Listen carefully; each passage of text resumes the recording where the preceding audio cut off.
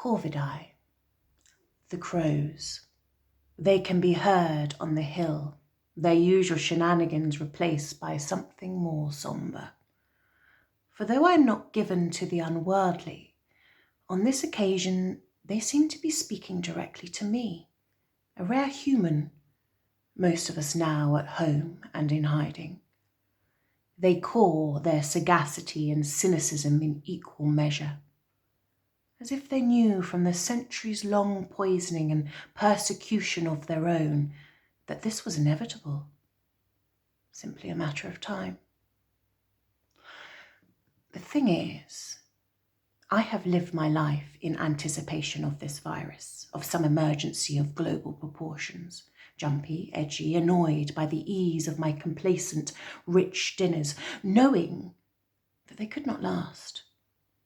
And yet I have counted it, been hard, disciplined, running 13 miles a day, to understand necessity versus want, to be ready when it happened.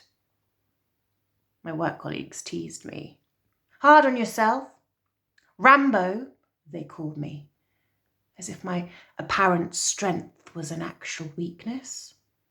I watched on as they continued their physical inactivity, as if exercising their minds was enough, that their ritualized smoking breaks were sacred, that they were immune to the life of a truly enslaved worker and the ethnic minority. I was always ready, waiting, living in a permanent state of insecurity, not knowing who would take issue with the clustered melatonin of my brown skin, from those early cloakroom beatings to the current craze for unspeakable names, unfortunately spoken. This has been my life, only interspersed with other stories such as climate change and COVID, nothing else comparing, aside from the ever-present sadness of a missing daughter. My state of emergency is what makes me and others like me, BAME as they call us, vulnerable. It is not due to our genetics, for that would be an easy story to tell, as if our brownness were a mutation, when in fact it is a lack of entitlement to thrive, that inability to say no in our jobs which makes us cannon fodder for times like these. The air is so fresh here on Salisbury Hill, and eerily free of the usual traffic noise leading into Bath. Running down across dry fields, I pass people, a couple walking their dog.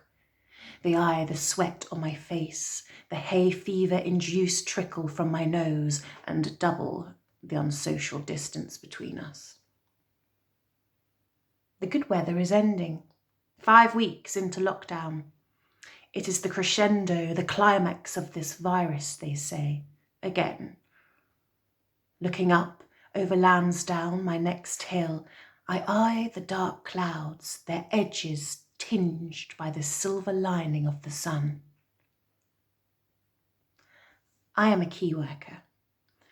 My boss knew I would be the only one to stay, to refuse to be put out to pasture. She is sympathetic to my BAME-ness, seems to really understand racism, and yet she knew I would remain. In some ways, I'm glad. The agony of my private life would take over, sat at home. I like getting the lonely train, a full carriage to myself. I am necessary, the essential worker, always there in the background, but briefly given a starring role. Today is my first day off after covering furlough for the assertive staff. I think about my job, how I must make sure the residents don't go out, but I know that one of them does. He believes the lockdown is a conspiracy, 5G, tin hats, flat earth, anti-Chinese rants and more. Over coffee and cigarettes, he socially connects to conspirators in Bristol, sharing breath as they create a narrative that legitimizes leaving their lockdown. He has been easier these past 2 days, staying in his room after chastisement from me, and afterward I thought nothing of the vegan flapjack he handed me, an unusual peace offering from an unswayable man. I accepted, rude not to, touched that he had thought of me, ate it instead of dinner one tired night.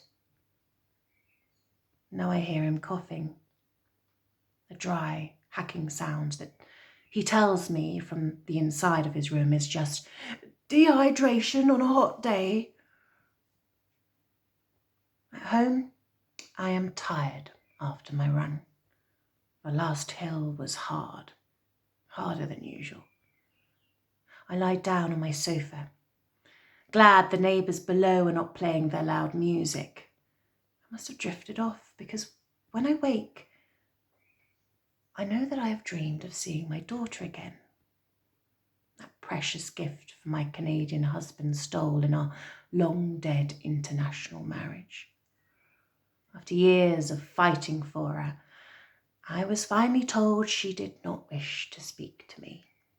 He had infected her with a viral concoction as deadly to me as COVID-19, composed as it was of iPhones and privilege. In my dream, she hugged me, as she used to when she was still 11 years old. The two of us with silly names, Gagamanga, Nana, Tibetan Ipley. And it is this imagined reunion that makes my waking so very cruel, not the pounding headache and the sweat dripping off my body. But I knew it. This was always the trajectory of my life, each step leading its way to this, my entitlement, the expected end to a BAME life. On the one hand, I am a key worker, almost martyr material, but on the other, I could not have expected more.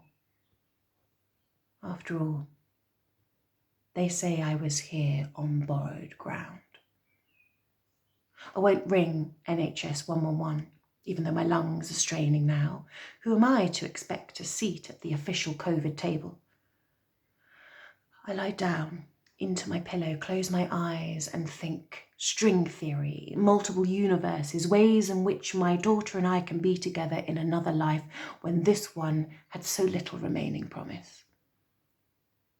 A crow calls loudly at my window ledge, talking of my pointlessness, my tininess in the scheme of things, how I really have no reason to see it as unfair. I let go, unable to hold on to earthly hope. There is a limit after all, a maternal sadness so innate. Crushing pain in my chest eases, and my lungs fail, and my senses fade. I am observing outside in. I head up into that safe, dark sky to watch over humanity. In time, the lockdown is lifted, the casualties finally counted and memorialised. Pessimism gone. I see a silver lining of connectivity, a joining of class, ethnicity, gender and age working together to end climate change, inequalities and challenges that previously seemed impossible to tackle. And it is this, the heady outcome of a deadly coronavirus, that brought humanity and my own sweet daughter something better. Lesson harshly learnt. Strangely, there is reason to hope.